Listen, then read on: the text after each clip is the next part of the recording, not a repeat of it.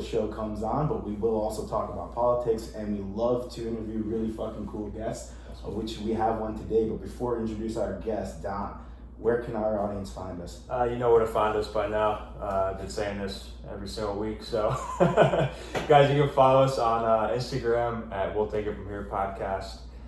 We are on YouTube now, so that's really exciting. If you want to watch us on YouTube, the show will be uploaded live. Well, not live, but will be uploaded to YouTube. So make sure you subscribe, like, and do us a favor and review the show if you can, wherever you're listening right now, whether it's on Spotify or Apple. Helps us grow the show and get our ratings up and stuff like that. So that would be awesome.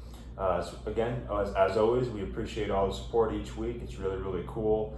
And we have a lot of fun things planned for the show here for this year. We're introducing a new segment to the show called Jit Zone, where we're diving deeper into Brazilian Jiu-Jitsu and talking all about that. So that's really, really cool. We'll be doing a mental health segment as well here in the coming months, so stay tuned for that. And really, really exciting guests planned and coming up on the show, so fun stuff. So we're excited to keep going, rocking and rolling. Hell yeah, I love that. All right, without further ado, let's introduce our guest. Welcome, Joe Farina. How you doing, man? Doing great. Thanks for having me, guys. Yeah, thanks for coming on. All right, so basically, you know how the show works. We just like, when our guests come on, you just go as far back as you want, tell the audience as much about you as you can, and then we go from there. So who's Joe Farina, man? I'm a very simple person, man. I'm a family man at first, right?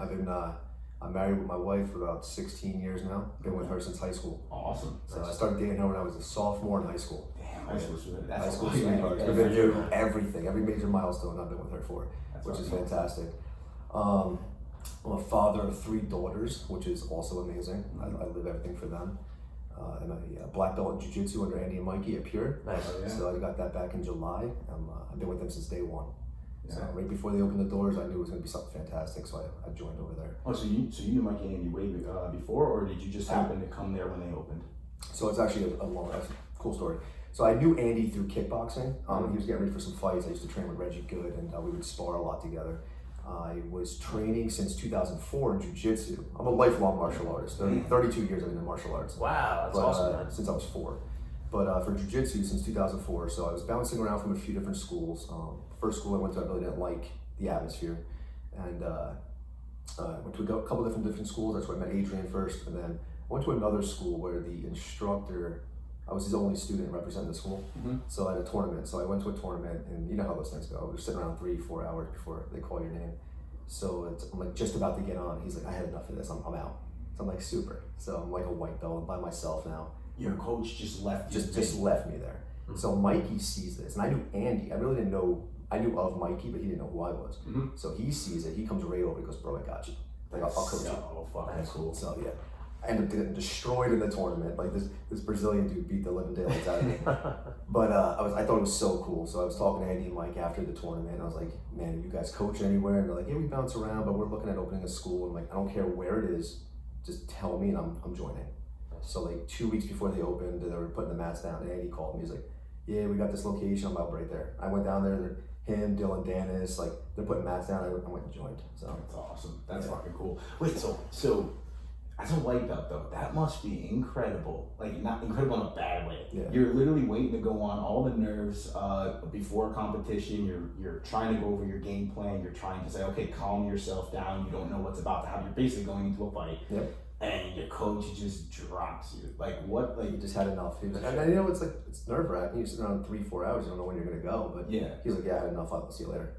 God damn. And I'm like, super. And then Mikey just comes over and just calms me right down. And I was like, okay, I got this. Oh, dude, that's fun. Do you remember how your match went with Mikey coaching? So Mikey, it was actually pretty funny. He says to me, he's like, all right, like what's your move that you like to do? And I'll try to help you get there. I'm like, I love bow and arrow choke. Yeah. It was a gi tournament. He goes, all right, man, we'll get you there. 2 seconds in, the guy gets me in a bow and arrow and chokes me out. He's like, that didn't go as planned. I'm like, no. Well, at least you knew now what to do from there for the bow and arrow. That's like a bad as in like a brutal choke. Yeah. Like when someone gets you in that, dude, that comes on quick and it hurts too. Oh, I learned from that one. I get hit it all the time now. That's my choke. Really? Love it. Awesome. But besides that, I'm a police officer in Morris County. Okay. I've been on for about 16 years. I came from the jail for 1 year, so I got like 17 years in the pension already. Okay. And that's really it. I'm an instructor at the Morris County Academy. I love teaching police, and we'll get into that. I teach on Sundays to police, and it's just a passion of mine. Yeah, I like sure. to teach jiu-jitsu. When you said that you came from the jail, you were a corrections officer, or For the juvenile detention juvenile. center. Yeah, I did 1 year there. Absolutely hated it. Like I did security at the hospital before that. I was looking to go back, and Really? luckily I got into the academy, and I had to pay my own way, alternate route. So What type of was it basically just a mental drain every day to be? Is it because you're around kids, like troubled individuals that they weren't the sort worst of- part. No, it was like really. there's some bad kids in there. There was kids that were there from Newark from murder and stuff. Yeah. Wow. But like they know they're in there and they have to behave, or like the rules are gonna make life horrible for them. Yeah. The staff is just horrible. Like Wow. just you're treated like a prisoner as a guard. Like I absolutely hated my job. Wow. So I was That sounds so lucky, to get to the police academy when I did, and absolutely loved it. So That's awesome. Damn, I can't believe though that, you would think it would want to, because in the name itself, corrections, right? Yeah. You would think that the facility would want to be there to help out everybody, right? To create an atmosphere in which everyone can be maybe not calm, but respect each other. And now, not only do you have to, obviously, you said there were some bad kids, juveniles, and you have to watch over your shoulder from them. But now you have this whole freaking, what do you call it? Like leadership that's not even leaders. They're just. there's a huge difference between a boss and a leader. Those were bosses. They weren't leaders. And like I was there for some good fights. Yeah. And for these kids being bad, quote unquote bad, they would have our backs. So like we'd be fighting other kids, and like I'd look over and this kid's like helping me rip somebody off somebody. Oh wow. Yeah, where like the staff, like the admin, is looking to hang me out to dry. So. Holy So they're kind of like the guys in the suits that Yeah, just calling I also shots. think it was too, like there was a handful of us that we're gonna go somewhere, we're gonna get picked up, Okay. and these guys were stuck, and I think they just resented us for it. Yeah. So it's a stepping stone, that job. You don't want to stay there. Damn. So, Okay. Yeah. Yeah. So I mean, now you say you get into the academy. What pushed you to want to take a career in law enforcement? Was it something that you always wanted to do as a kid? Yes. Because I know that you know what it is back then. I mean, like when we were younger, when you were a year older than us, for sure. Not for sure. Not for sure. How old are you? It's very short. Okay, never mind. Yeah. You're no, 6 years is not. No. Don't bone arrow me for that, Jim. Oh, we have to. Absolutely. No, but when people want to become a police officer, usually it comes from inside, right? Yeah. That they want to make a difference. Is that what it was for you? No, so like right now I'm a sergeant and we're interviewing people, and Yeah. I see that all the time. It's like, hey, I went to college, I didn't know what I wanted to do, so I'm gonna try law enforcement. And I'm right then and there, you can answer every question perfectly, and I'm like, no, you're not the right person. This is like, yes, people say it's a calling. I grew up in a law enforcement household. My dad was a retired chief of police. He became a chief when I was in the 5th grade. So I came up seeing this stuff, hearing about his calls, seeing what the differences he made to the public, and I was always fascinated by it. Mm-hmm. So like watching cop shows with him and stuff like that. So I loved it since I was 5 years old, probably. Yeah, there's pictures of me walking around in like a Halloween costume of a police uniform. Yeah, And, like I would never take it off. Like it wasn't even Halloween. I always had it on. That's awesome. Yeah. Shit. So yeah, I always wanted to do something like that. And with the family support and all that stuff, it's huge. You can't just come and say like, I want to be a cop one day. Yeah. You're gonna get yourself hurt or somebody else hurt. Like you have to be all in. It's that one job where if you're not focused, you're gonna get somebody hurt. Yeah. So I was all in. Awesome. And like, yeah, it makes you like, you want to help. So I'm very community oriented. I'm not going out there writing tickets. I'm going out there and I'm seeing that one kid playing basketball. And I'm like, hey man, let's shoot some hoops and Nice. That's talking to the public. Dude, that's awesome because I feel like that's been lost. And I mentioned this on one episode. I forgot which episode. I think it was with Remo. Yeah. And you see this dynamic where the police back then I'm talking now like 50s and 40s, used to always be on the street. So you would always have a relationship with your community. Now they're always in the car, right? Yes. The officers are mostly in the car. Is that something that's like instructed for patrol to be in the car, or is that a choice mostly? No, yeah, I can't speak for all towns. Like where Remo works, that's a big town, so it's gonna be pretty hard for you to just like start walking the streets. Yeah. I work in a very small town, Mhm. and luckily my chief does have our back with that, where he is very community oriented. So we're in a family kind of atmosphere in Morris County, and we got lakes and stuff like that. Like we're very big in the summer, so in the wintertime there's a lot of downtime. Yeah. So instead of just sitting somewhere and watching people, like hawking people for speeding, like Yeah. oh you just went over, I'm gonna write you a ticket. No, I'm out there like trying to talk to kids, and we do a lot of community events, which I love doing, like Yeah. Halloween parades and stuff like that. So Cool. yeah, I'm always trying to be out there with the kids. I used to teach LEAD, which is DARE back in the day. Oh, the drug abuse resistance Yeah, education. yeah. Now it's called LEAD. I forget what it stands for, but I taught that for a few years. I just loved interacting with kids and trying to make a difference to them. And see what happens. So. That's so fucking cool. You think you think that made a difference, the DARE and what's called now LEAD? I hope so. Yeah. I don't know. I hope so. That was always like a thing. Like, are you introducing? I think it's things that, too young. Yeah. You know, like it shouldn't be hit in the 5th grade. Right. I had DARE in the 5th grade. Luckily, I never did drugs. Like martial arts my whole life, but we're still teaching it in 5th grade. Yeah. So these kids don't know what pot and all that stuff. Like maybe because of the internet, they're starting to learn what it is, but you need this in high school. Yeah. Like I think we're getting them too young, and then when you start being tempted with different drugs and alcohol, that's so long ago. You don't remember I think so talks too. we had. Yeah, that's good. Or it should be hit in 5th grade, and then maybe readdressed in like 8th or sophomore year. Yeah. Oh shit, that's a good point actually. Yeah. So when you go out to these kids, right? Like if a kid's playing basketball, is there like this automatic sense for them, like, oh shit, did I do something wrong? And before you have to de-escalate and be like, hey, what's up? I try to. I don't want to scare them. So right when I get in the car, I'm like, "Oh, bro, pass me the ball." And Oh, that's sick. I'll drive around to try to find some kids shooting hoops, and Yeah. we'll just play. Or like last summer, there was like a couple kids out there with water guns. So I was like, "Oh man, let me have one." And they soaked me. Like it was like an ambush. I thought there was like 3 kids and like 12 come out of the bushes. I'm like, oh, dude. They gave me like this little dollar store squirt gun, and they had Super Soaker 5000s. I walked back in the headquarters just soaked. And like, what happened to you? I'm like, I tried the community police, and now I'm soaked. Yeah. And you also found maybe future candidates, man. Future Navy SEAls. Yeah. Where did you come from? Yeah. That's Got a awesome. ghillie suit on. Man, Yeah. what are you doing? Yeah, that's fucking sick, dude. I'm so stoked to hear that you do more of the community policing. I think that's really important, especially for young kids these days. When you think about it, a lot of troubled households, right? From whatever, the pandemic, or maybe just being raised single parent, who knows, right? Yeah. And then to see a person, like a figure of authority, right?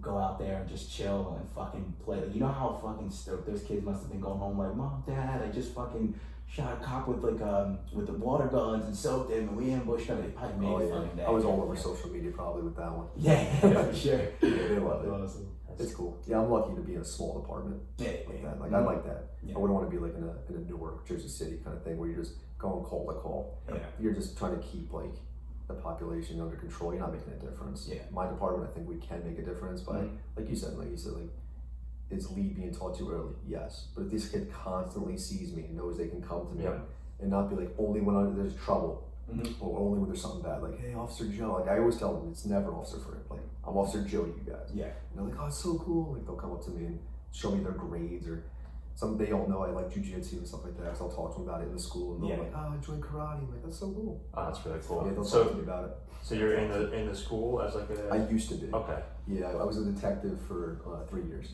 So when I was in the detective bureau, I got to do the school. Now I'm back on the road as a road sergeant. Gotcha. Nice. Yeah, no, that's cool. Yeah, so because what I do want to get into with you is there's two big things here: jiu-jitsu, martial arts, right, and being a police officer. And you, and correct me if I'm wrong, you take the lead in teaching law enforcement officers jiu-jitsu, right?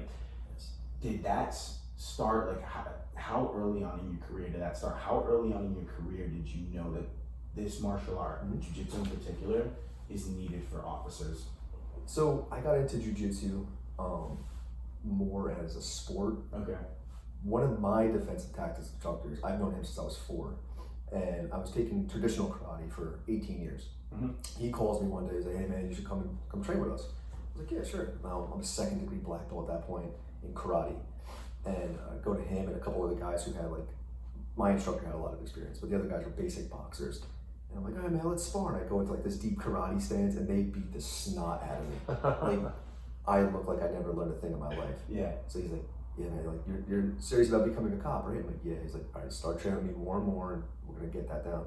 So I quit karate, started training with him solely, and I'm like, I'm wasting this dude's time. That's where I got into jiu-jitsu, out of school. And I was like, this is highly effective. So I've been on for 16 years. I've been teaching the Sunday classes at Pure for a little over 3, I think. but I've been teaching at the academy for about 7. Cool. But before that, maybe like 8-9 years ago, I went to a defensive tactics class, DT they call it, for law enforcement. And I'm like, yeah, man, I'm like, teach me something. So this dude, he wasn't a cop. He did like a couple tours in Iraq or Afghanistan or something. Legit guy, MMA fighter, all that. So he had like 12 of us in the class. And he legit taught like, all right, somebody grabs your uniform. This is how you're gonna peel it off, you're gonna arm drag. He takes the back and suplexes the person he's training with. Oh, wow. So he's like, all right, guys, 1, 2, 3, clap. So I go to the guy I'm training with, I'm like, we're not training that. Like, I don't want my neck broken. And as other guys are actually working it, the instructor's coming around, he's like, is something wrong? I'm like, bro, just so you know, like, this is New Jersey. This isn't Iraq. This isn't Afghanistan. Like, if I do that, the best that'll happen is I get fired. The worst is I'll be in a jail cell or somewhere. Like, you can't do that. Yeah. He's like, oh, I didn't think about that. I'm talking to them like people. I'm like, that's the problem. Like, we get guys who are fantastic fighters, but they're not cops. And there's a huge hole in that system. And like, right before I started teaching, they were still teaching like, all right, man, like you square up with me, I'm gonna wrist lock you. Well, yeah, you're being a good partner, and on paper that looks fantastic, but it's not practical. Yeah. So like closing the distance with jiu-jitsu and taking the person down, and it was just so much more effective. Like, let me start bringing this to the academy, but you need different certifications to teach. And I went and got some of those and got my instructor course done. And when I started going to the academy teaching, other instructors are like, bro, like, what is that? Like, they started watching me. Like, this is the first class I'm teaching. Guys have been teaching 20 years are like, yo, like, all right, you're gonna take over class today.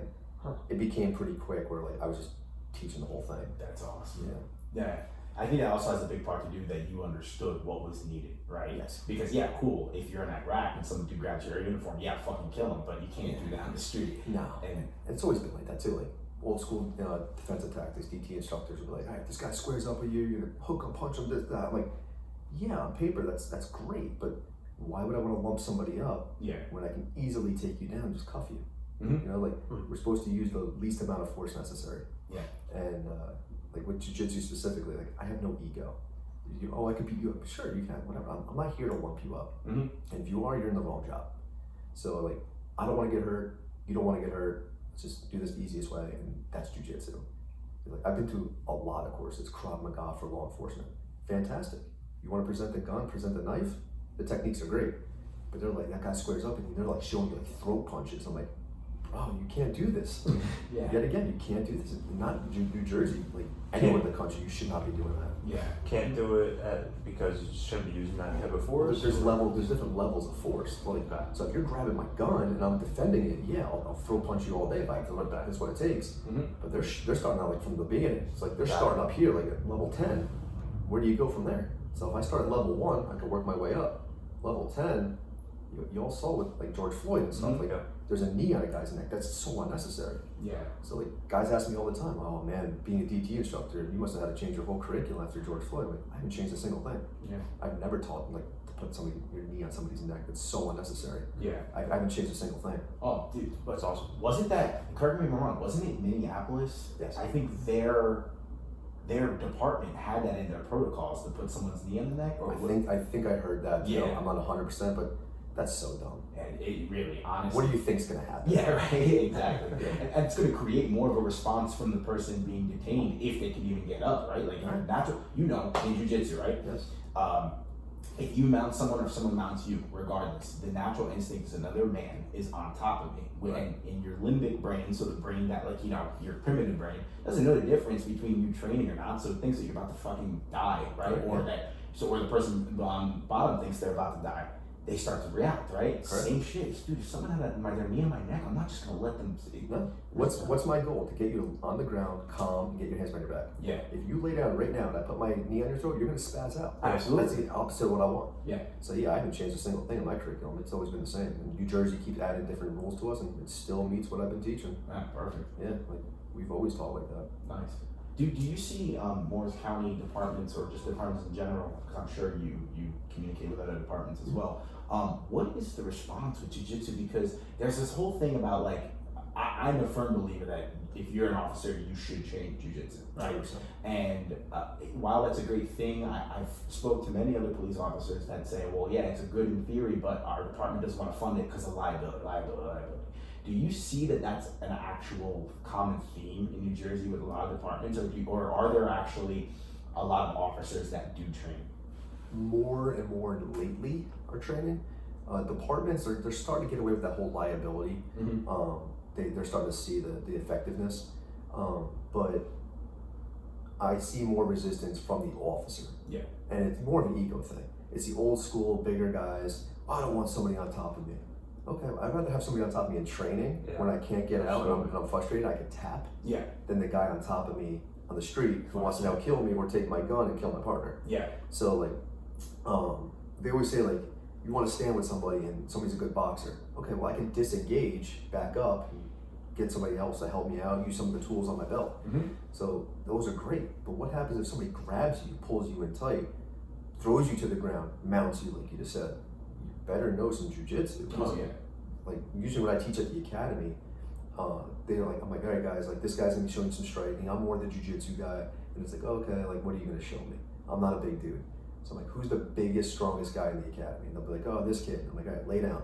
And I'll mount them. I'm like, get me off you. And I'll give him like 15 seconds. And he's like gasping for air, wants to throw up. He's trying to bench press me. And I'm like, how'd that work? He's like, oh man, what are you, like 200 pounds? I'm like, no, I'm 170.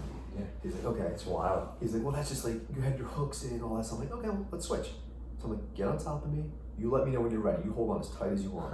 And boom, I'll get him right off me. Yeah. He's like, okay, like now we're ready to learn. Yeah. That's great. That's great. That's fucking awesome. And that's the first time, like, check your ego and get all the stigmatism of jiu-jitsu out of your mind. Like, you're here to, obviously, I don't want to be on my back if I don't have to. I love jiu-jitsu, but in my day, I'm not going to chase somebody into a dojo on a mat and lock the door. Like, you could have your friends with you. So, and on the blacktop, it's a lot different game. Yeah. So I teach jiu-jitsu to police, not to be like, all right, you're under arrest, crawl on top of me so I can do that. It's, if you take me down, something went horribly wrong. Yeah, exactly. I need to show you how to get back to your feet safely. Yeah. And that's all we're really showing. We're not teaching them like omoplatas and No. barambolos. Yeah, no. Dude, imagine trying to berimbolo on pavement. That would hurt. Dude, I'm in a class right now for another instructor, sir, and just like, that's why I smell, I'm sorry. No, you had 840 hours of PT this week. That's it. We Yeah. have time to shower. But like today, we were doing some like grappling scenarios with our gun belts on. You know how different that is than with a gi? Oh, I'm for sure. Like, And there's an outside waistband, right? yeah, it's a gun belt, it has a holster, we have training guns, you got cuffs, Yeah. you got keys that are hanging, like roll onto a key. That's horrible. Yeah. Fuck that. Yeah, man. So like Shit. trying to shrimp with a gun on your waist. Yeah. It's not easy. No. It's not impossible. Like if it was a real life scenario, your adrenaline's going through the roof. Yeah. But you just notice like, okay, that restricts it, so I have to get my hips high or stuff like that. So Yeah. but yeah. So it's still the same concepts. You just kind of got to adapt a little bit when you have your belt on. Yes. Things like that. We just have to remember every fight we're in is a gunfight. Because if I have to arrest you and you're standing there like that, I'm bringing the gun to the scenario. So if you take that from me, it's a gunfight. Yeah. So we just have to remember to always protect it. And if I'm used to shrimp, I'm a lefty. So if I'm used to shrimping to the right, I might have to shrimp to the left to dig that gun into the ground. So you're hiding. So you can't get it. Yeah. Gotcha. Shit. So we're always training both sides for every scenario. And Absolutely. yeah, it's simplified jiu-jitsu. Yeah. No. It's street jits. Like it's basically like that's the reason why when I like to do it, I like to I rarely ever pull guard because I want to simulate a real life scenario, right? Like I'm not gonna fucking latch onto your pea coat, fucking put my goddamn hand, go back and bust my head open. Like it's just not practical. Yeah. So with jiu-jitsu and your department, how many times have you actually had to diffuse a situation using your training? And like, does it usually get diffused within like seconds? I'm very good at just talking to people, calming them down, Yeah. and that's always level one. I don't want to go hands on. I don't know who you are. I'm not gonna be like, hey man, you're under arrest. What do you weigh? Do you train? Do you wrestle? Like, I'm not gonna get your stats. Yeah. You know, we're not gonna weigh in and then go into the room and fight. So I always treat everybody like they're way more experienced than me. I don't want to have to go hands on if I don't have to. Yeah. So I like to diffuse a situation. There's strength in numbers. We'll get another officer there if I need it. I'm not there to be the hero. But yes, there has been a couple times where jiu-jitsu has come in handy for me. where like one scenario, there was a kid, it's called an EDP, emotionally disturbed person. Mm-hmm. He's fighting with his family. Me and the guy I was working with, we go into the house, and as I turn, I just see something running at me. It was the guy, and without even thinking, like, now if I had no training, you're gonna put your hands up, you're gonna go, oh my god, what do I do? Without even thinking, I hit the double, took side control, gift wrapped him. That's awesome. And I'm like, okay, what's going on right here? Yeah. And now he's gift wrapped, okay? So he has no injury, I'm not striking him. And as he's gift wrapped, I'm like, bro, relax. And I'm telling him, I'm like, breathe, relax, calm down. What's happening? He's like, let go, screaming. I'm like, I'm not gonna let go until you calm down. Mm-hmm. And luckily more people showed up. But you'll see guys who are not trained, where that guy's running at me, now I'm gonna square up and it turns into a match or escalate the force, I'm gonna pepper spray you or use my asp and stuff like that. So before that I even knew really what was going on, he was down and gift wrapped, and that's the arm wrapped around the neck and holding onto his arm. And he's just like, all right, let go. I'm like, you start calming down, we'll get the ambulance here to talk to you. Afterwards, way afterwards, he went to the hospital, came back, he's like, yeah, I appreciate that. Like, and then I'm sure you know what PCP is, right? Like, Yeah. Oh my so god. like not too long ago, we had a guy who was on PCP. Yeah. So I ended up going there, and there was a fight. Mm-hmm. But I ended up having to yet again, I used the gift wrap technique. It's such a powerful technique. And we're holding him for like 20 minutes. And as I'm holding him, I'm like telling the one guy who's not really trained, I'm like, hey, this is what I want you to do with his legs, staying calm. I'm telling this guy, calm down. The ambulance finally shows up. They hit him with a pretty aggressive sedation, but he didn't go out. So they're like, all right, we want you to cuff him. I'm like, absolutely not. Like, this guy could possibly have a heart attack. He's on PCP. He's not gonna die in handcuffs. Like, no. Yeah. So I'm talking to him, calming him down. I have his girlfriend who's in the room, like, come here, say hi to him, let him know you're here. So after he got help, they finally put him to sleep with all the medication. He goes to the hospital, comes back. Him and his girlfriend, I wasn't working, came to our headquarters to try to find me. They're like, thank you so much, like, you saved my life. Like, if I was handcuffed, like the ambulance told me, I probably would have died. Yeah. Like, yeah.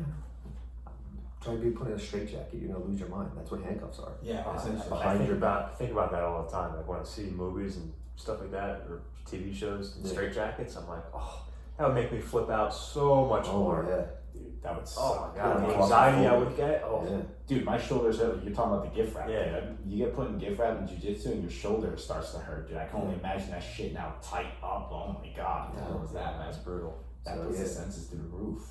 Yeah, so stuff like that's pretty cool. Like, due to jujitsu, these people who are not bad guys, they're like going through something pretty serious and they want to fight me. They don't know what they're doing. They're under some kind of distress, and they came back and like thanked me over it. That's pretty awesome. It is Yeah, awesome. that's powerful. Well, I think that's really cool. Your instincts kind of took over. Yeah, that first Yeah. one, like I said, I didn't know what was happening until it was in the scenario. I'm like, oh wow, Yeah, this stuff works. It worked. I love how you say you hit the double and you're like, dude, what's going on right now? Yeah. Like, well, it's almost like, and you would know this because you competed, right? Mm-hmm. So you go to Pure and you train, and there are guys there. While Pure has a great atmosphere and community, and you can find all types of training partners, there are people that you know you'll go balls to the wall with, right? You'll get a great round. But then when you go to a competitive match, that fight or flight instinct kicks in, and you have such an adrenaline rush. Now amplify that to a real life situation where there's no rules, Right. and probably through the roof even more. Right. So I'm getting more and more cops to train, but it's going to be almost impossible to get more and more cops to compete. Mm-hmm. And like, I understand, like nobody wants to get hurt. I don't think I've ever been to a Naga tournament where I haven't heard somebody's leg snap. Like, people are trying to kill you for like a $25 plastic medal. Like, Yeah. it's not worth it. It's But I understand, like, so they're kind of like hesitation. Yeah. This is my livelihood. If I get hurt, I'm out of work, I don't get paid, you don't get overtime. It affects you financially, which I understand. But like, to your point, the more you compete, now this is a person we're not friends. Like, me and you are friends. If you get me in a bad spot, you know it's bad. So if I don't tap, you're gonna let it go. Yeah, for sure. This dude gets a Kimura on you in a tournament, he's gonna break your shoulder for a medal. Yeah, for sure. So like, I think that also helps with our line of work, is if somebody gets me in something, they're gonna try and hurt me. Mm-hmm. So like, that nerves of getting on the mat to compete, people watching you. Look, every time you see a use of force online, there's 10 people with their cell phone cameras out. So you have an audience watching me. Yeah. And if you go out there and you freak out, you're gonna lose in 2 seconds. So like, you go out there, you breathe, you take a deep breath, you calm down, and you go. And if this person wants to go 100%, cool. Like, you're gonna do what you need to do to try to win the match. But me winning is not getting hurt. Mm-hmm. So competing is probably going to be huge for cops. Like, just for that, it helps you with scenarios of staying calm, and that's the most important defensive tactics move. I always tell people, if you ask any recruit or any cop I've ever taught, like, what's the most important defensive tactics technique? And they're like, breathe. Yeah, like, calm down. Yeah. So if you're right now yelling in my face, cool, bro. Yeah. There's a thing called tunnel vision. So if you start yelling at me and I start yelling at you, and all of a sudden my field of vision's so small, I don't even see him standing here now. And now, like, there's two people I'm not focused on. Just take a deep breath, and your field of view, it calms down. It calms the other person down. So, yeah, that's what I was about to say. That definitely, that we have like an energetic connection as 100%. humans, and like you can feel it when someone else gets like pent up in rage. You start to. Yeah. So that's important. Dude, That's a really good point. Yeah. Because if I'm all pissed off and you're just sitting there like all calm and just like, yeah, whatever, like, you're not going to continue to be so pissed off. No. It's not like, you'll feel like an idiot. You feel like an idiot. You know what though? That's like probably the most important thing jiu-jitsu has given me for law enforcement. It's not the techniques. The techniques are good, but like I said, I gave you 2 scenarios. I've been on for 16 years. There's not a lot of like, I'm gonna go out there and then do this move. A lot of times you get the person who's angry. They don't call the police to tell me you just hit the lottery. You're calling me on your worst day. True. And you're upset, and I know you're upset. So I go there and I'm calm, and I'll be with somebody else who maybe is a little angry. And they'll say, oh, I don't want to talk to him, I want to talk to you. Okay, cool. Yeah. Like, I don't care. And like, people know that too. And like, they'll come at me like, do you know my name? They're like, no. I'm like, I don't know yours. Let's relax. And even if I've rescued you before, if I dealt with you before, you're a completely different human being to me right now. If I dealt with you on Monday, you're different to me on Tuesday. So take a deep breath. There's a new page, and they're like, okay. That's fucking awesome. That's jiu-jitsu, man. Like, go on the mat and be all crazy. You're gonna lose. No. Calm down and relax. Yeah. 100%. I bring that to my everyday life. Hell yeah. Check the ego, because there's always somebody better. Oh yeah. There's always somebody better than you. Yeah. Like that course I'm in right now, he's a second degree black belt, this one dude, but he's a lot smaller than me. Dude, he's messing me up. Like, we're training during lunch, he's so insanely good. Damn. So there's always somebody better than you out there. Oh yeah, for sure. That's what's great about jiu-jitsu. Check your ego and relax. 100%. I love that. Check your ego and relax is so true too, and especially in the environments that, and we've touched upon this before, in the both Lobo and Pure. Like, damn, bro. Like, if you have an ego and you keep that ego with you, you won't be there long, and because you'll see yourself out. Yeah. You know what I mean? You'll see. Like, we won't stand for that. I talk to Andy and Mikey about that a lot, and they're like, it's not like they're out there kicking people out. No. Those people with the egos, they just know they don't fit. Yeah. You're not in our little clique. And that's what's the best thing about Pure is, like, those people find, and Lobo, those people find their way out the door. So I've been to other gyms where it's just like, it's not like it's a death match every fight, but it's like, well, people are walking in the gym like they're sizing me up for a tournament. Bro, we're on the same team. Like, That's true. Yeah. I absolutely hated that, and I left those schools. Yeah, for sure. Yeah. I don't know, did you hear Mikey and Andy's episode when Yes. they came on? Did you hear when Mikey said that he asked a black belt to roll and he felt like this guy was intentionally trying to beat him up because he asked him or something? Like, that's like, I don't know, I can't fucking, dude, I would have been dead by the amount of times I asked black belts to roll, dude, I would have been dead. Well, that's an old school martial arts thing. Like, I came up in traditional karate, and when it's time to spar, and they're like, all right, find a partner. If you're higher than me, it's not even black belt. If I'm a yellow belt and you're an orange belt, I can't ask you. That was a rule. Okay. So you can never ask a higher rank. So when Pure first opened, they're like, all right, find a partner. I'm like, just standing there. I'm a white belt. And they're like, Joe, find a partner. I'm like, yeah, but you're all higher than me. And he's like, I don't care. Like, oh, cool. I just that mentality. Yeah. That's dope. Yeah, they're the coolest guys. So, what initially got you into martial arts? So I was 4 years old when I got into karate, and like I said, my dad was in law enforcement, so he was big with the community too. So in Rockaway, where he worked, he used to host this thing called a bicycle rodeo, and he would have like little kids come in with their bicycles, and they would teach bicycle safety, hand out free helmets, and all that stuff. And the local karate school where I ended up joining did demonstrations there. Nice. So a buddy of mine, Steve Caro, hopefully he hears this. He's an awesome dude, mentored me my whole life. He was an instructor there at the time. He was my defensive tactics instructor when I was in the academy. Yeah. But I saw him, and he was like just breaking boards with his forehead and stuff. I'm like, that is so cool. So I told my mom, I'm like, I want to be that or a Ninja Turtle. And that was more practical. So, but you mean we can't be a Ninja Turtle? No, I tried. But so then I was 4. So my babysitter at the time, when I wasn't in school, was a crossing guard in front of that karate school. So again, I'm like standing there with her, and Steve Carroll invited me in to come watch a class, and I was just like mesmerized by it. So I tell my parents, and you're 4 years old, they're not gonna stick with this. I stuck with it for 18 years. Wow. And then I moved on to another martial art. I've never not trained since I was 4.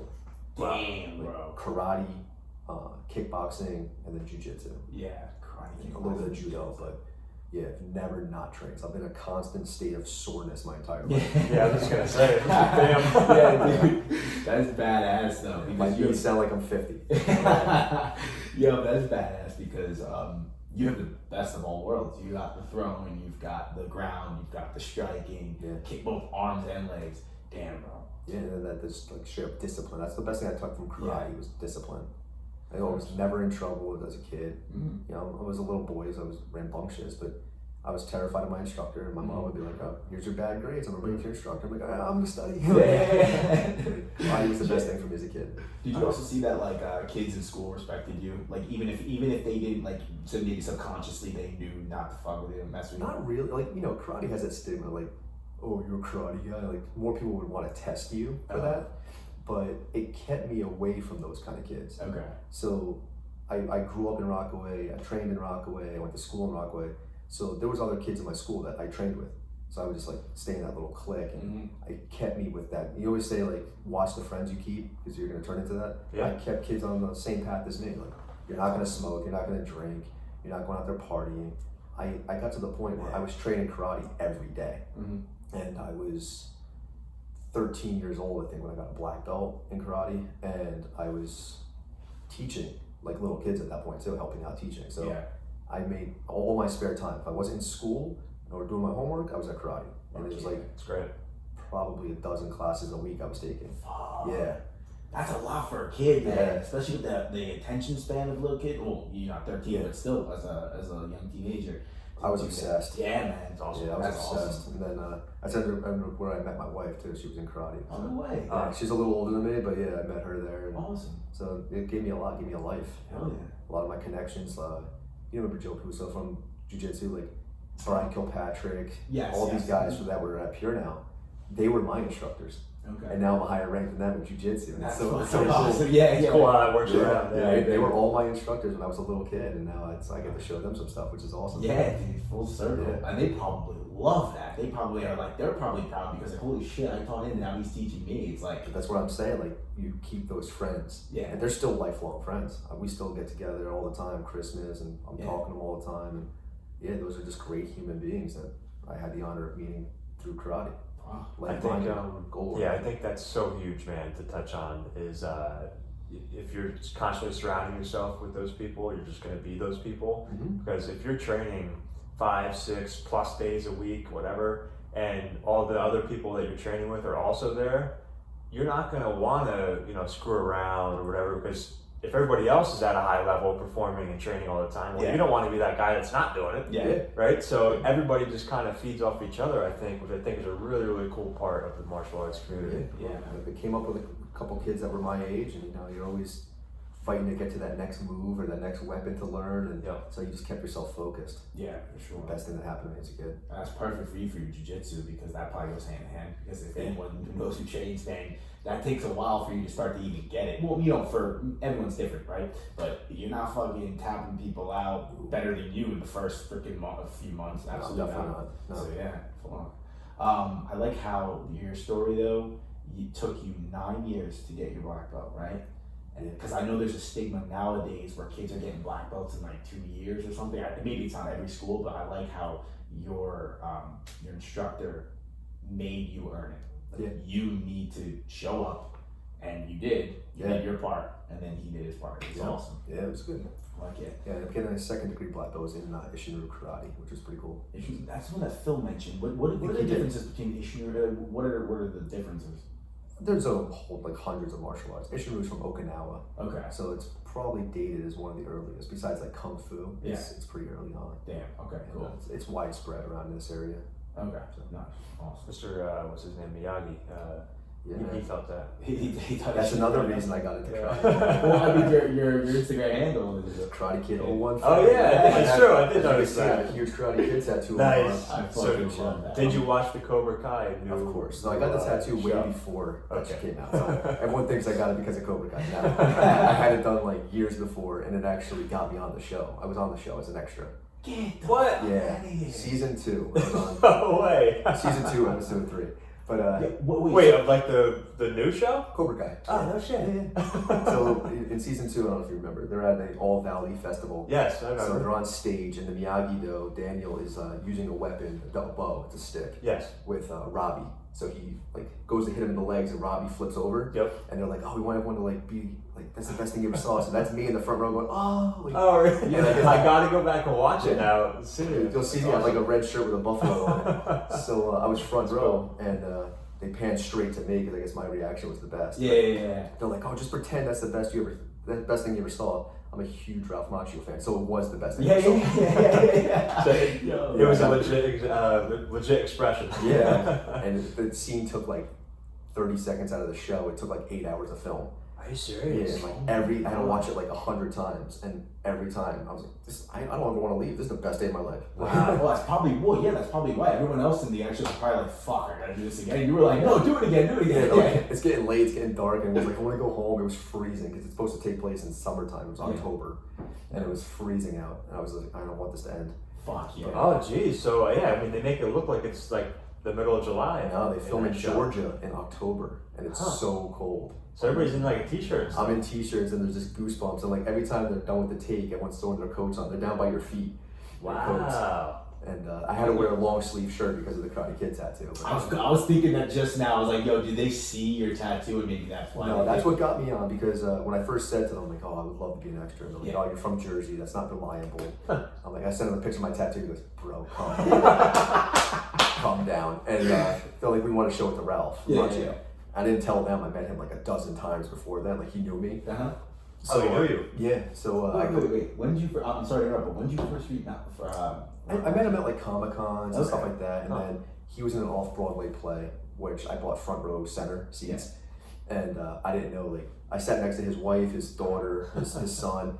His in-laws were behind me. I guess when I bought my seats, I bought their seats. Oh, that's so I had better seats than his in-laws. And I didn't know, when you go to the first showing of the first day of a Broadway play, you're supposed to wear a suit. Uh-huh. So I'm there in shorts and a Karate Kid t-shirt. his face takes up the whole shirt. Oh, So no. Ralph comes out to give the opening line. He looks at me, he looks down, he goes, and then continues. So like, I get invited backstage after to like see him. And he goes, bro, you completely threw me off. Like, That's I fucking almost hilarious. forgot my first line. And I was like, nice. That's Wow. awesome. But yeah, at Cobra Kai, That's a hell of a story. they tell you right when you get there, as the extras, like, if you are seen talking to the stars, just leave. You're not allowed to be here. Okay. But they knew me. So like, I'm where the extras hang out. I don't want to get kicked off this stage. I'm beating all the cast and all that. It's like one of the coolest experiences ever. Wow. And the director, who's actually from Randolph, he came to me. You know, the three guys were from Randolph originally. Mm-hmm. He comes into the extra room. He's like, "Where's Joe Farina?" And I'm like, "Oh man." I'm like, "I'm right here." He's like, "Come here. We want to introduce you to Ralph." So Yo, they're that's fucking like, so "Ralph, cool. this is," and Ralph goes, "Hey, Joe." I'm like, "Yes." That's awesome. So like the whole cast was hanging out there, and they were taking pictures of my arm. Like, Yeah. I'm like, "Yo, let me get pictures of you guys." Yeah, dude. Fuck, you never know. Are they still continuing the seasons with that show? There's one more. There's one more. There is one more. You heard it here, folks. There's Yeah. another season. One more season and a couple spin-offs, they said. So Oh shit! yeah, it's gonna be What if cool. you get? I love it. What if you manifest and you fucking get put on the show as a fucking? That would be cool. Character? I've tried to get back again, but Yeah. season 2, the show wasn't popular yet, Uh-huh. so it was pretty easy to be an extra.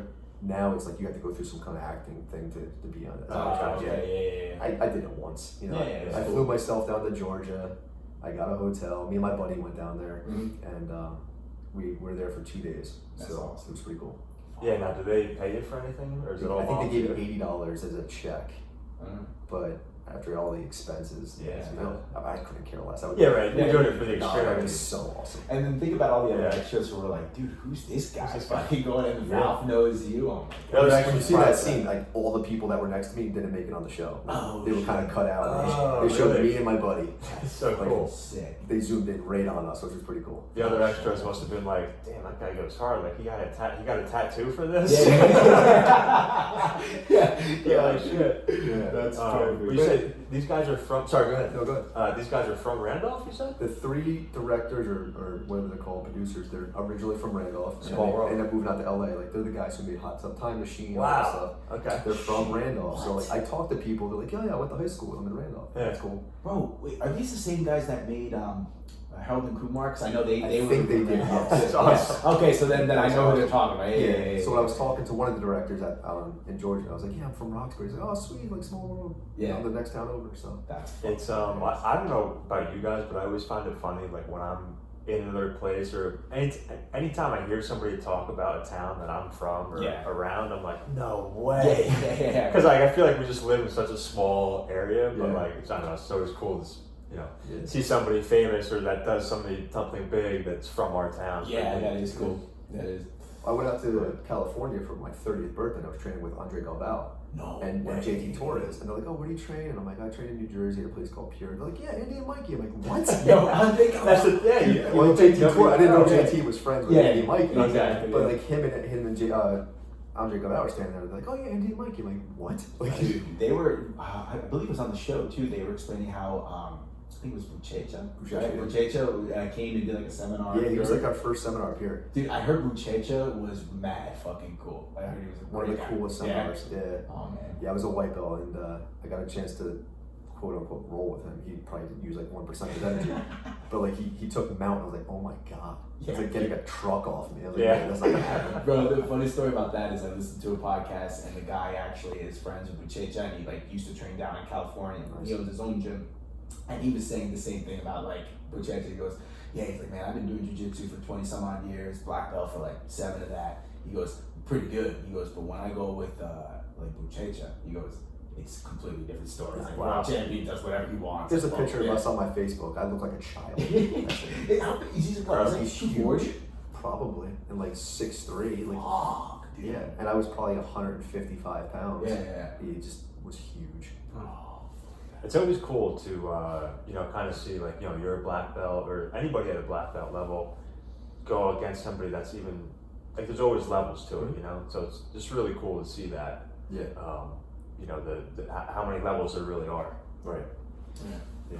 Oh, there's levels. Oh, there's fucking levels, dude. You'll go. Oh, because you think somebody, oh my God, nobody's ever gonna beat him, and then like for you to say somebody throws you around, it's just kind of cool to dude. look at There's that. always somebody that better. way. Like Andy and Mikey. Like if you look on paper, I should be able to beat them. Mikey, I'm way bigger than him. I'm about the same size as Andy. I think I'm heavier. No way, bro.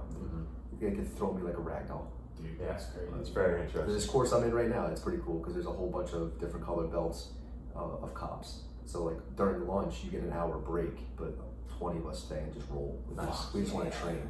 So like we're training and I'm doing like pretty good against them. But then I'll go with one of the instructors who are second-degree black belts, and everybody just stops to watch us. And I'm like, come on guys, keep training. Yeah. This is nerve-wracking. So now I'm going 100% to try to not look like a fool, but they're still messing me up. Dude, Yeah, that's hilarious. Yeah, but there's a thing to it though, because there's like an awe when you see 2 black belts going at it. Right. That like you just want to watch the match because you're like, 1, this is gonna be fucking awesome. Yeah. 2, I want to see who wins, and 3, you're gonna learn something, right? 100%. Hell yeah. Like one of our last open mats up here, I look over and Andy's rolling with bones. I'm like, I take my phone out. I'm like, that's so cool. Yeah, dude. Oh my god, that guy's huge. That's a strong guy. Even as a black belt, bro, I couldn't even comprehend half of what they were doing. Yeah. It was awesome. Oh yeah. Cool. Yeah. Such high level. And like you just said, there's levels. Yeah, Andy's a 3rd-degree black belt now, but those guys were doing stuff that I couldn't even imagine doing. Such a cool role. Yeah, it is. That's dope. But I was watching that too. Did you see Mikey go with Bones? I did not. I would say more or less. It was more or less like the same. I wouldn't say the same, but that he was, doing shit that you can't even comprehend. Like holy fuck, dude. Yeah, one of the instructors from this class here, he went to Pure last night. He's like, bro, Mikey's a beast. I'm like, he is? Yeah. Wait. Oh, went to Pure. Pure. Okay. Yeah, went to nice. Pure last night. He's like, he's rolled with Mikey. He's like, the guy's a beast. Yeah, Like 100% he is. For sure. That's what I love about the sport, dude. Like, unless you're both in the same skill level, your size doesn't mean shit. Your strength doesn't mean shit. Yeah.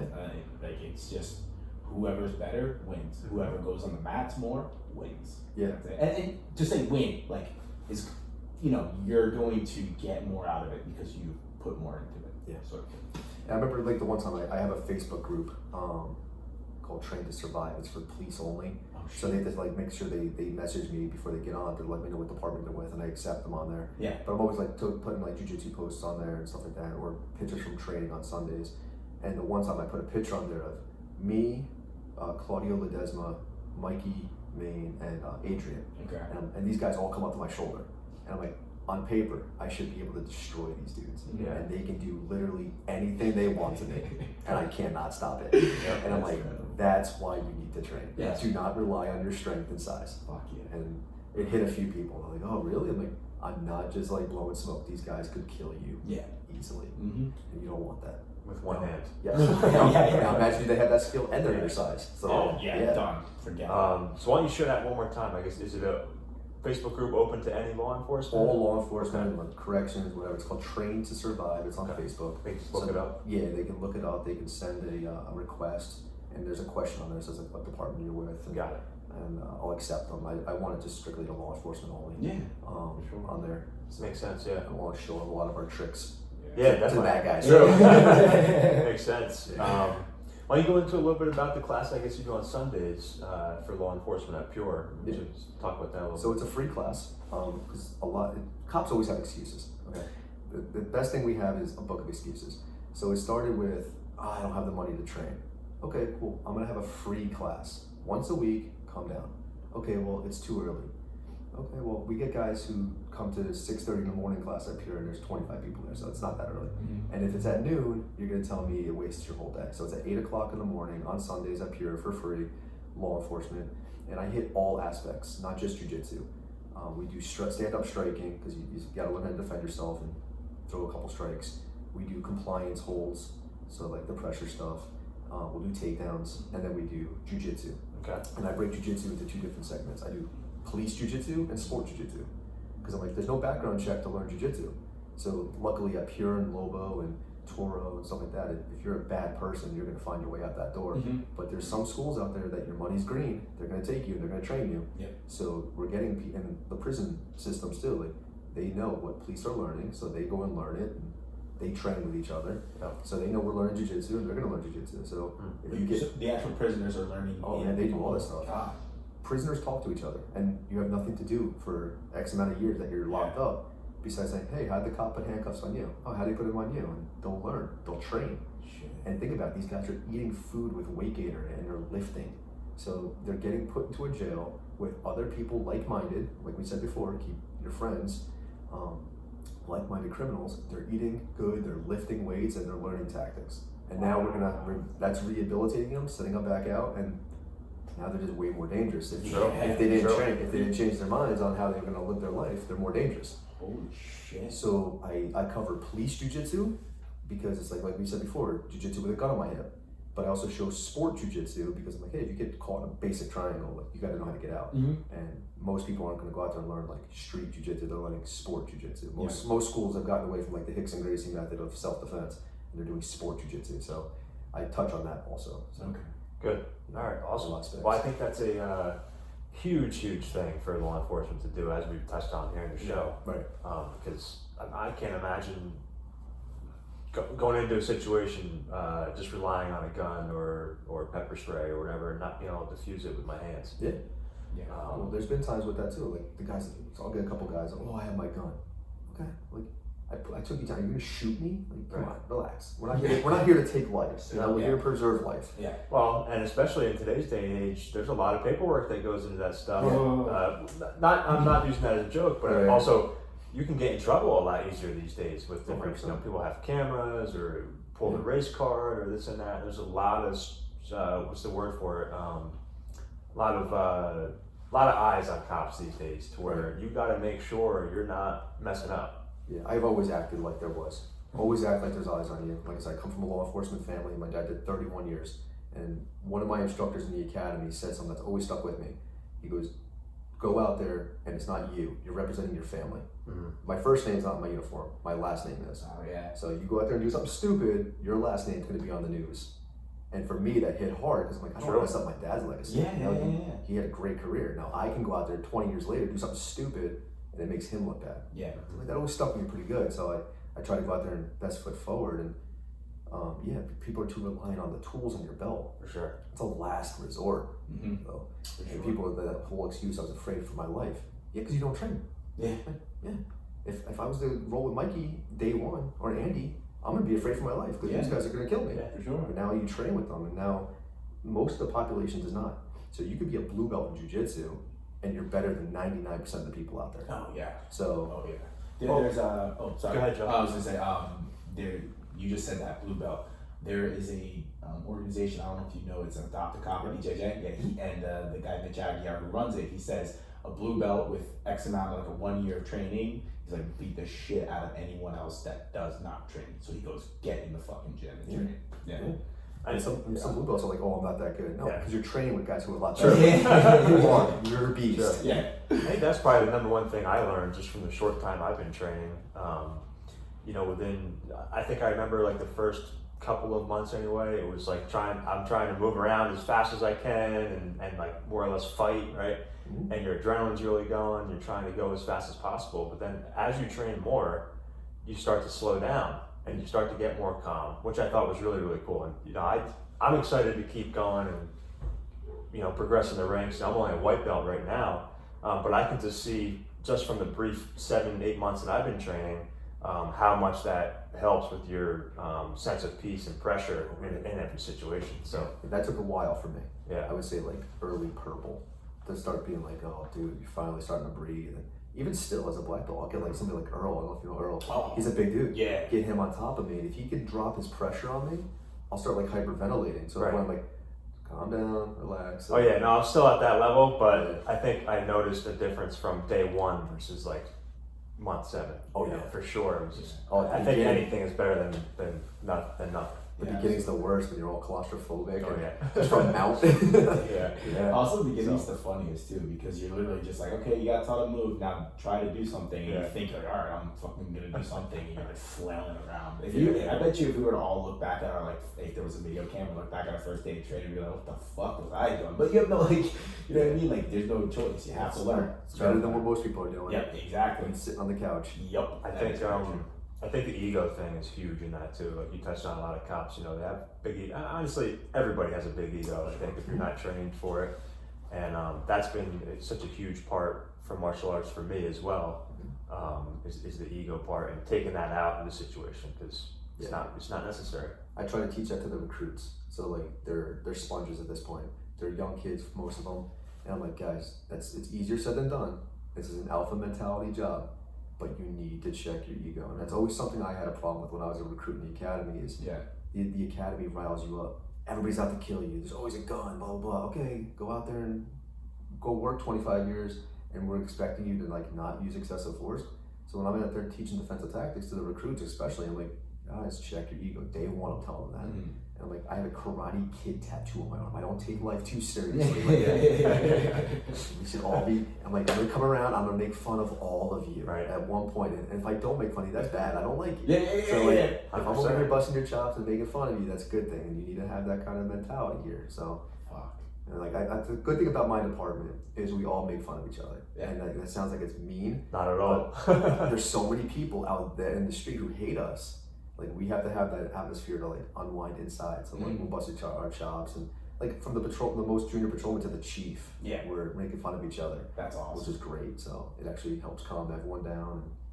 And probably my department, there's years we don't have a single complaint against us. Not like use of force, not a single complaint. Yeah. Because it's all everyone's so chill. Well, I mean, also going back to like the beginning of the show, I mean, you're literally doing community policing, and that. You're leading by example, so I would assume then the junior patrol are probably doing somewhat of the same thing, maybe not exactly the same. And like, that's awesome to hear. Like, that's awesome to hear too, that your chief all the way down to the junior patrolman can all just have a good laugh. Like that probably makes the environment so much better. Yeah, you'll see some departments out there, like you gotta salute ranks and stuff like that. And it's like, we're not the military. Yeah. Like my chief, he only gets upset if you don't go golf with him. Kind of. He wants to be one of the boys. Yeah. So, which is really good. So we all have that atmosphere there where we're all hanging out, and we go to the FOP meetings just like to talk and hang out and have a meal together. It's pretty good. Most departments, they need that. Yeah, definitely need more of that. Not even just in departments. I think in any job in general, is the culture is huge. Yeah, for a lot of different reasons. But. Yeah, like leadership. Like you want to serve, right? Yeah. Like you need to show your team that you're here to help them, sort of type thing. And regardless, in any type of environment, so any type of job. That's awesome though, and I'm actually curious. I think the answer I'm going to get here is going to be the martial arts, but I wonder if it's also growing up with the family you did. Your dad was 31 years in as law enforcement, because what sounds so common sense, right, to treat others like a human being, right, for you to do that while in the uniform, it doesn't really happen that much, or at least from my point of view. I'm not in the profession, so maybe it happens more. What made you or instantly understand that you need to be more of a personable human being on the job, and that's going to be the way? Why? How can maybe other cops that aren't like that develop that? What was it for you? Yeah, probably mainly how I was raised too. Okay. And yes, martial arts, it checks everything at the door. Yep. And my karate instructor as a kid used to say, yes, we all have problems outside. Check it at the door. You're here to train. That's all I want you to think for the next hour and a half. Train. And yeah, we'll pick up your drama later. And I do the same thing at work. If something's going on, I'll check it at the door at the locker room. I'll do my 12-hour shift, come home, and I'll work the problem later. I don't bring my family life, or if there's something going on that's bothering me, to work. Because now I'm going to take it out on somebody who doesn't deserve it. Yeah. But yeah, also, I grew up in the next town over from where my dad worked. So we'd run into people all the time, at the mall or shops. Hey, chief, thanks for this, thanks for that. All the respect people have for him, or how he treated people. Yeah. So I'm I gotta make sure I do that. I never wanted to be that cop that's you're doing this because I said so. Yeah. No. I could think of a couple. Yeah, I was never like that. Yeah, no, I fucking love that, dude. I love that. We have there's a couple of officers that listen to the show, right? From Mobile? I think so, yeah. Yeah, I think so. What would you say to maybe there's an officer listening, they want to get into martial arts, Brazilian Jiu-Jitsu, but they're afraid to do it, maybe because of their ego, or they don't know where to start. What do you say to them? I always tell them to come try our class on Sunday. But this course I'm in now, there's a couple guys, I said, we have an hour lunch break, and some of us more with experience will stay and roll. I see a couple guys walking in after lunch and go, "What's your roll?" I'm like, I never did anything like that before. Find the highest ranks in the room and roll with us. So yes, those spazzy white belts might hurt you. They're still trying to check that ego. They're still trying to learn. But there's 3 or 4 black belts in this room right now. There's a brown belt. There's some purple belts. Find us. Tell us it's your first time training, and you're going to be safe. And once you get those feet wet, and you're going to realize it's not a hard sport. Yeah, no. I think that's why I do good with it. I feel like it's the lazy man martial art, and it's the most dominant. So I'm not out there boxing. I used to do Muay Thai, and a 5-minute round, you want to throw up in the corner. So it's a lot different. Yeah. You're learning to conserve energy. Dude, any type of fucking martial art where you have the ability in the sport sense to lay down, essentially, to pull guard, to and pull still on dominate. and still dominate. Yeah, that's a interesting dynamic there. Yeah, Joe Rogan says, you're simulating murder. Essentially. I can kill you with this. So, which is a pretty cool thing to know. Yeah, he's got a similar story, martial art beginning, instead of karate, I think he was taekwondo, right? I think so. Yeah, and then he went into, I think it was straight jiu-jitsu or kickboxing, I believe, I forgot. But yeah, one of the things. But yeah, man, he always seems to focus on jiu-jitsu as the main thing to go back. His stand-up is unbelievable. I just saw something recently from Michael Jai White was talking. He's Joe Rogan's legit. He's got almost a perfect technique for kicks and punches. So there was a nice video of him hitting the fucking heavy bag with a kick, and it was brutal. Yeah, that's the video Michael Jai White was talking about. Yeah, he's it's just flawless technique. I haven't seen it. Yeah, dude. Every time I see Joe Rogan, I still just think of Fear Factor. But he had hair then. Yeah. When I hear his voice, I'm like, somebody's gonna eat some fucking cow testicles. Some eyeballs. Oh, shit. It was a good show. Yeah, that was a little side note. Dude, that was an amazing show. Damn. There was actually, so we always do a question segment. We don't have to get into it right now, but there was a question. I will ask one earlier, and I'll shout him out later.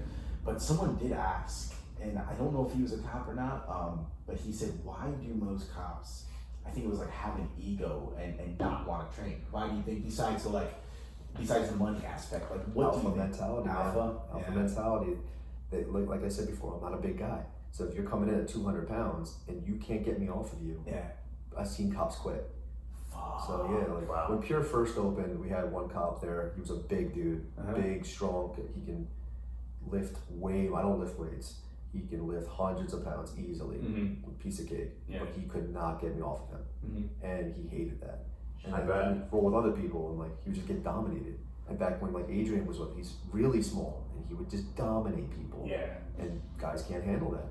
Oh, dude. Instead of sitting like, bro, figure this out on a mat with friends, where the easiest technique to tap out Yeah.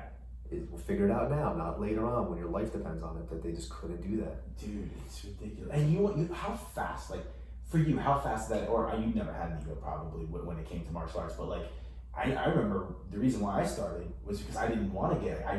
I had an ego and pride that I would lose a fight, and I was embarrassed I couldn't fight. Yeah. The first day I was fucking getting wrecked, but I was like, holy shit, I actually love this. Like, the ego goes away right away. Like, I wish people could understand that. It will go away. Well, like I said, like I came from karate where Yeah. when I went with my buddy Steve, and these guys were lighting me up, I could have just been like, yo, forget this, I'm done. Yeah. I was like, I need to know what that is. Yeah, I love That's that. magic. Yeah, I love But that. like, even like, I'm not a cop is my job. It's not my identity. Some guys identify as that. Yeah. It's not me. Like I can leave tomorrow if I had enough money. But I'm a husband and I'm a father. So even when I retire, nobody's gonna ever hurt my wife or kids. So I'm gonna make sure of that. So that's my job for life. Yeah. Not for 25 years as a cop. So I will never have that respect for myself if something happened and I wasn't able to defend them. So yes, I have enough stand up, I think, to hold my own, and then jiu-jitsu is like, it takes the longest to learn. So I stuck with jiu-jitsu.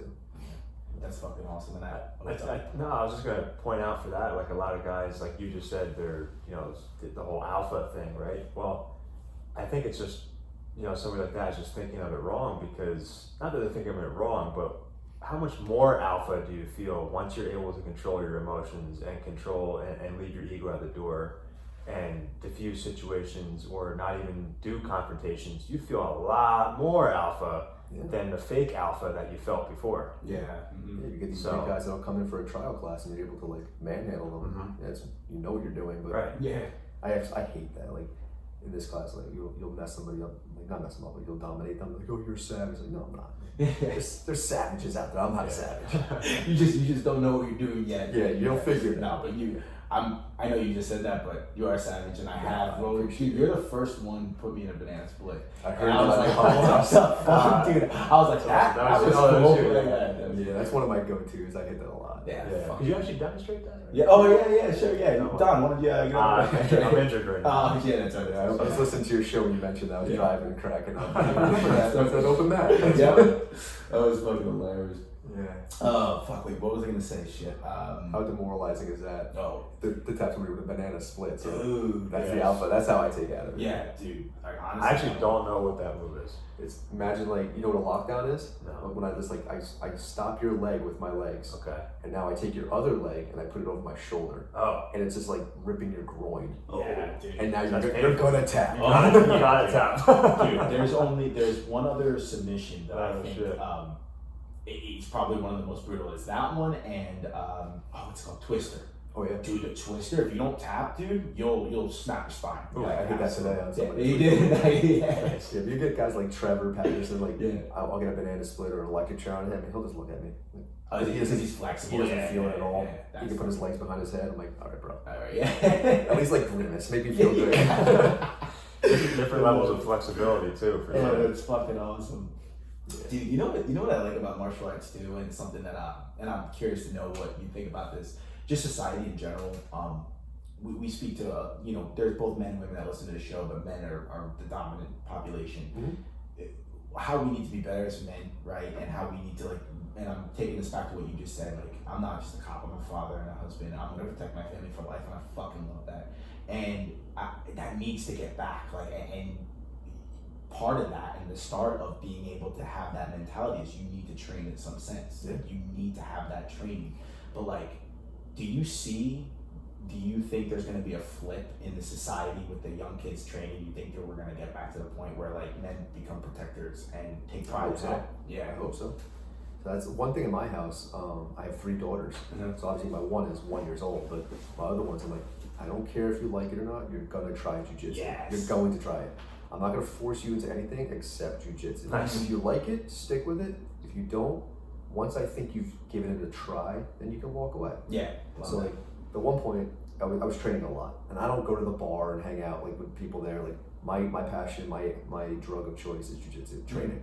So it was to the point where I would leave work, go to jiu-jitsu, leave work, go to jiu-jitsu, on days off, go to jiu-jitsu. Yeah. And my wife's like, you know, she was a martial artist too, but she's like, listen, you're going to the gym so much, like, have more family time. I'm like, oh, you're right. So I went to Pure one day and I came home and I'm like, hey, I signed you up.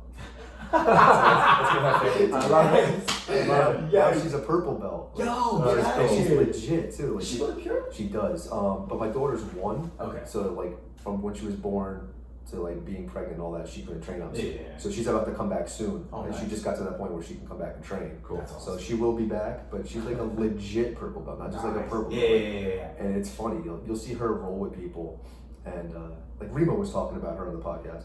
You'll see her roll with people, and she's just so easygoing. Like she's more mellow than I am, and she's just chilling. And then she'll come like, I find a new partner, she'll point me out, and it's a death match. Yeah. It's like a legal domestic. She'll try to kill me. She'll be one of my hardest rolls all night. I'll get like 10 other black belts, but she's my hardest roll. Yeah. And then my older daughter, she ended up getting a blue belt. Oh, congrats. She's pretty good. That's awesome. She's in school right now, so she took some time off to do that and concentrate on that. All right. My middle daughter is 12. She was legit at jiu-jitsu. So she started when she was like 3 or 4 years old. With Craig from Toro. He was training at Pure. He was her coach, and she was training for like 9 years of jiu-jitsu. Like, she wrestled. She does judo. So like seeing her, very timid, very shy. A couple years into jiu-jitsu and all that stuff, then she's like more outspoken. And Morris County at one point, when she first wrestled, she was the only girl in the county. Wow. Then it was like she's the only girl at Roxbury and all that stuff, and she'd be in a wrestling group with 60 boys. They wanted nothing to do with her. Yeah. So like they'd be like a group of 3. She's in the corner by herself, drilling, but she was so focused. And like she would go out there, she was killing matches. She had to wrestle all boys. And then she went to states and took second, and she was killing it. And then like she was with Sensei Kevin when he had the judo program at Pure. She was training with him, and she was getting first place like all the time. And then there was this one girl there. They're like, oh, she's ranked 4th nationally. Nobody wanted to fight her. So I was like, oh, send my daughter in. Yeah. And they're like, really? Like, what's gonna happen? She's not gonna get hurt. Like, it's a children's division. If something looks bad, stop it. Yeah. But she'll either win or lose, or who cares? And she'll have fun. And she has that mentality. She's like, I'll either win or I have fun. She went up there and destroyed the girl. I fucking love it. She was ranked 4th nationally. Nice. It's called an e-pome when you beat her real quick. It was like 7 seconds she beat her. That's awesome. Yeah. And so she's wrestled her almost her whole life. She just took this last season off to do basketball for the first time. But I'm trying to get her back into jiu-jitsu now. But it's just, she's a dominant. Like, imagine she's a savage. Yeah. Like, it's a good thing. It's like, Jesus Christ, these kids these days, they're gonna fuck when I think when they grow up, like, cause it sounds like your daughter's gonna continue. I hope she comes back. Yeah. And oh my God, just think about that. Like, just like with you, 18 or 32 years of 32 years of martial arts, but like, imagine if I started jiu-jitsu when I was 3. Yeah, exactly. That's what I'm saying. Like, not karate. Oh my God, dude. Yeah, we mentioned that I think on a couple of shows now about, because everybody looks at Tiger Woods. Well, he started golfing when he was 1 year old. Yeah. So, like we talk about savages. Look at these kids coming up now. Wait till they're 18 years old. Oh yeah. They're gonna be savages. Like we're gonna be fighting for our lives against like a 16-year-old. Dude, think about that. Think about that. Like, this is an interesting thought, but if your kid trains and you don't train, there's gonna be a certain point where theoretically your kid can kill you. Like, some of these kids are starting at 3 years old. Exactly. They're gonna train for 13 years before they get a blue belt. Fuck. So they're really like a fucking. They're like a black belt. Yeah, exactly. Yeah, essentially. Yeah. Holy. Imagine when they're purple or brown. They're gonna kill us. Dude. You know who I always think of when I think of like child proteges like that? It's like Shane. Shane. Oh my God. I talk about him all the time. Yeah, dude. I think I told like 3 people about him today. Yeah. Nice. I'm always talking about him. Like, he was a kid at 16 who would just kill us. Yeah. So he's strong, man. He's strong, but his technique is almost perfect. Yeah, exactly. Yeah. He's legit like another student of the game. Yeah. He literally, And like, you'll walk in the gym and you want to stretch out for a second. He'll walk in like, hey, can I drill this move? Like, bro, give me a second. Yeah, exactly. I know you're gonna hurt me. Let me stretch out. I love that too. When I was, I used to drill a lot with Shane when I used to go in the night class, and it would be like, all right, maybe we're showing an arm bar. Next thing I know, Shane's like setting up that armbar, then something's happening, and all of a sudden he's somehow in an omoplata, and then he's going up, and I'm like, holy shit, dude, how is he even fucking processing this? I don't even know what the fuck he's doing. Yeah, he's fucking. It's funny. I'll see like a grown man, brown belt, black belt, like I got shaved tonight. Like that's such a huge accomplishment. Yeah. He's still a kid, but that's awesome. Like, Yeah. That's fucking good. I think if there's anybody, like Scott Cooper's probably going to bring his kid to jiu-jitsu soon. 100%. Oh yeah, he Can the kid walk yet? No. Yeah. Russell's 6:30 a.m. Scott's kid's gonna be crawling around on the mat doing some moves. That kid will have more rounds than before preschool starts. Yeah, for Yeah. sure. Oh yeah, for sure. He even said it too. He's like, dude, Russell's gonna be there the whole fucking time. Yeah, I my love son's gonna be it. He's like, I fuck him up that. My youngest daughter's 1. I had her pummeling already. I had this Yeah. video of her pummeling, and That's cool. That's cool. she's shrimping, and I got her a book. It's the whole alphabet. It's called A is for armbar. Yeah. So each letter is a different technique, and I read that Nice. to her. That is fucking hilarious. I need that. You got an extra copy? You can learn. Hey, it's wrong. I love that. Dude, that's crazy. When you're just a bunch of savages. Let's get into the questions. There's a couple good questions here that we had. And as always, I'm gonna be my grandpa and not know how the fuck to do this. Alright, just kidding. Alright, so let's start this shit off. Folks, Joe is getting to the question segment here momentarily.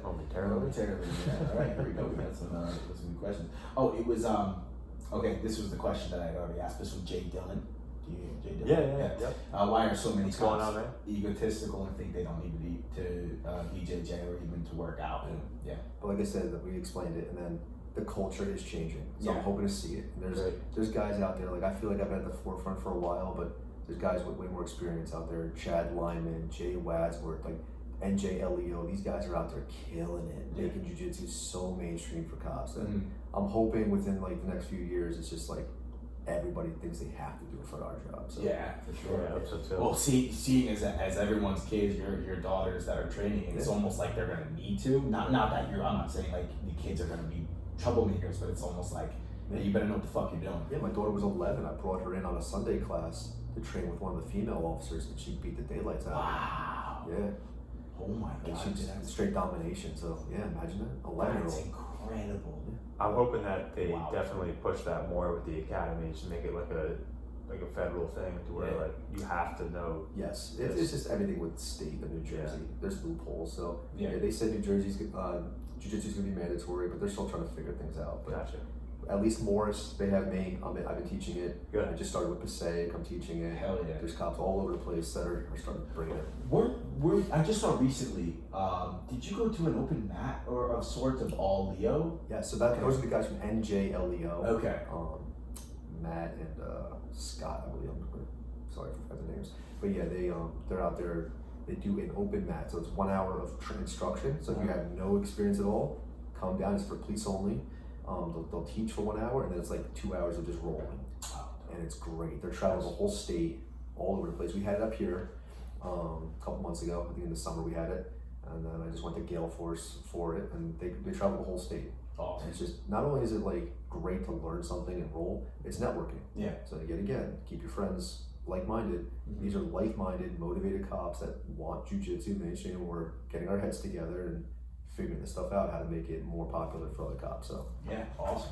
I love that. Thanks for your question, Jim. Yeah. Dean is he trains on Saturdays. He trains at Fort Lee, I think, but he comes up here on Saturdays. okay. He has one. He says, what does being a black belt mean to you, a somewhat educated white belt? So I keep bringing it up. This class I'm in right now, I'm the only black belt who's not an instructor in this course. So they're all like, "Oh man, you're just a beast." I'm like, "Dude, that covers 2 inches of your butt. Yeah. That belt. I got to do the rest." So it means nothing. Mm-hmm. There's white belts who could beat me. There's blue belts, purple belts, brown belts. It means nothing. It means to me the black belt of a huge accomplishment in my life. Mm-hmm. I stuck with it. I worked hard, and I hope to think that I earned it.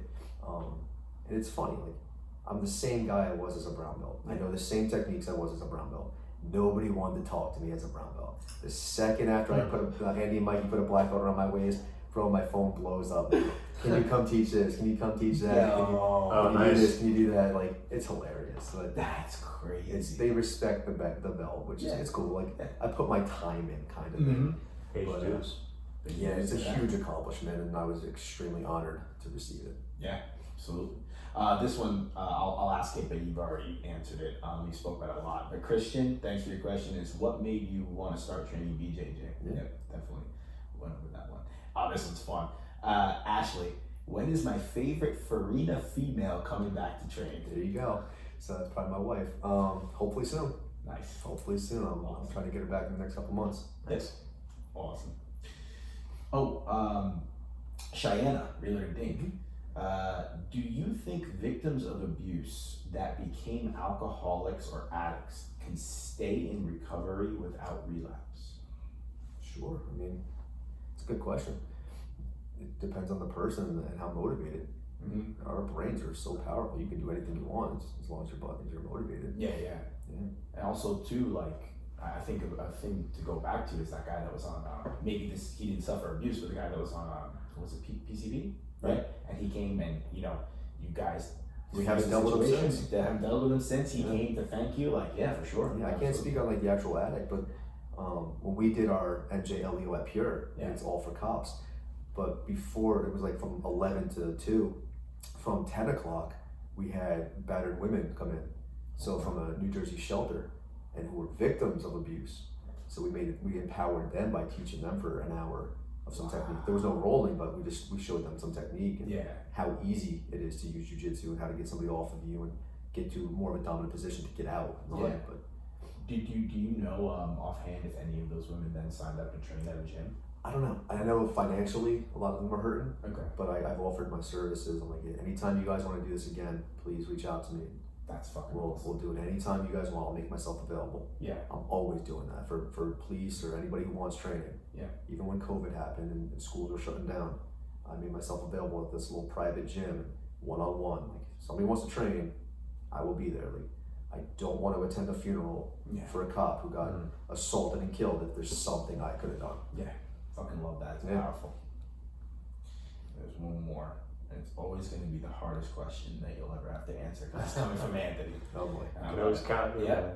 Anthony, thank you for your question. Yes, the one, this is a funny one. Yes, one funny and one serious. If revenge is a dish that is best served cold and revenge is sweet, then is revenge ice cream? It's a good fucking point, dude. I would say yeah. Bro, that's deep. Yeah, dude. Can you say that one more time? Yeah, you lost me. If revenge is a dish that is best served cold and revenge is sweet, then is revenge ice cream? I guess it would be ice cream. I guess. Or it's Italian ice. I guess Italian. Watch the earth start to implode. We just found it. We just found a life secret. That's too deep for me. Yeah. This is a good one, man. I actually don't know how to fucking. Anthony, I got a question for you. Do you think of these yourself, or do you Google these? You got like a whole list right now. Dude, I'm gonna start Googling every fucking question he's asked. Oh my god. This is a really good one. Holy shit. We'll start with you, Joe. Okay. What are you holding on to that's holding you back? Holy shit. That's deep. Wow. Yeah. Great fucking question. That's really good. I have no clue. Yeah, I get. Wow. Grudges? I don't know. Maybe. Yeah. Stuff like that. Yeah. I'm always trying. Like I was just telling my wife not too long ago. Like I wish I was a better person like that. Like I'm the kind of guy. If you do something wrong to me or get me mad, I write you off. Mm-hmm. I don't give you a second chance. I just want nothing to do with you. Yeah. Mm-hmm. Like I said, my whole life, just keep those positive people around me. Yeah. And if you're just, I want to be able to work on that and forgive people and help people but like if you do something wrong or I just don't like how you live your life, I don't want nothing to do with you. Yeah, for sure. Absolutely. Life's too short. Yeah. I've actually worked very, very hard on this exact question over the past few years of my life. So I don't have an answer for that present day, but I think for sure something that I used to really, really hold on to was I used to struggle a lot with depression and mental health stuff for a little while. And I would hold on to that as part of my identity. And I think I would talk about it so much and think about it so much that it just never went away. Yeah. So it wasn't until I kind of let that go that it stopped holding me back. And life's never been better since. And so I think that would be my answer for that. Whatever happened in the past, it happened. You can't change it. And actually, what happened to me serves me now. So kind of letting that go and just living life from the present moment on, what more is there to ask for? So I think that would be my answer. Yes, awesome. Yeah, I think for me, it's probably just I have been doing really well of like not caring what other people think, but there's still like a part of me of what if I do something, what are people thinking? So I think I need to just let that go fucking completely. Almost to the point where even though I will perform stuff, right? Like if someone asks me, hey, you want to go to Iron Bar, fucking Grasshopper right now and do karaoke? Like that's such a fun thing. I love to sing, but I wouldn't do it. You know what I mean? Like just because like, oh, what would people think? Like, fucking cares? Just do it. Like that type of shit. So yeah, it's a very fucking good question. Yeah, it was an awesome question. Awesome. Yeah, really. Thank you. Yeah, fun. Do you mind, if maybe in the notes or the description of the show, like we have your Instagram handle or maybe an email, just in case like anyone, a law enforcement officer or maybe a abuse victim wants to reach out to you? Yeah, 100%. Yeah, That'd be great. Awesome. Yeah, fun. What's the best way for them to reach out? Either Facebook, Joe Farina, or Instagram at Karate Kid 01 Fan. Okay. If they message me on Facebook, I'll send them the link to the private group for LEOs. Awesome. But yeah, Okay. get more and more guys to train. It'd be great. Yeah. Makes us all safer. Yeah, I love that. You have any final thoughts for the show, or just for the audience, or anything that you want to get off your mind? I really appreciate you guys doing this. It's just good to get it out there and get this into more people's hands. You guys are doing a great job. I've listened to most of your shows. Thanks, man. So It's cool. I like Jit Zone that's coming out. Yeah. I listened to the first one. It's pretty cool. Nice. Yeah, we'll get you on there. All right. Yeah, for sure. Yeah, this is kind of like the intro to the show. We'll dive more deep into it on the Jit Zone. So Sounds good. Hell yeah. Appreciate you coming on. Thank you guys. Legends, great show. So Awesome. Yeah. All right, folks, that was it. You heard where you can reach out to Joe. Definitely, if you're law enforcement and you're not training, get the fuck on the mat. No excuse, man. Yeah. Joe, as Joe said, he runs a free session for I think an hour or two, right? 8 to 9:30. 8 to 9:30, an hour and a half every day at Pure MMA and Rockaway. There's Sunday. no excuses on Sunday. Sunday. Yep, Sunday. Sorry, yeah, that's every day. Yes, sir. Yep. Okay, I'm making shit up. On Sunday, every Sunday, you should get in there. You should be training. Thank you for listening to the show, guys. This is a great one, and we'll see you next week. Yeah, Joe. Sorry, Yeah. I just want to thank you for what you do with Absolutely, the community yes. as a community police officer, and just your kind of mentality about how you be a police officer and kind of just how you run your life. All the free things that you do as far as service to the community and for jiu-jitsu, I just think that's something that had to be recognized there. So Thank you, man. appreciate it. Yeah, thank you. Awesome. So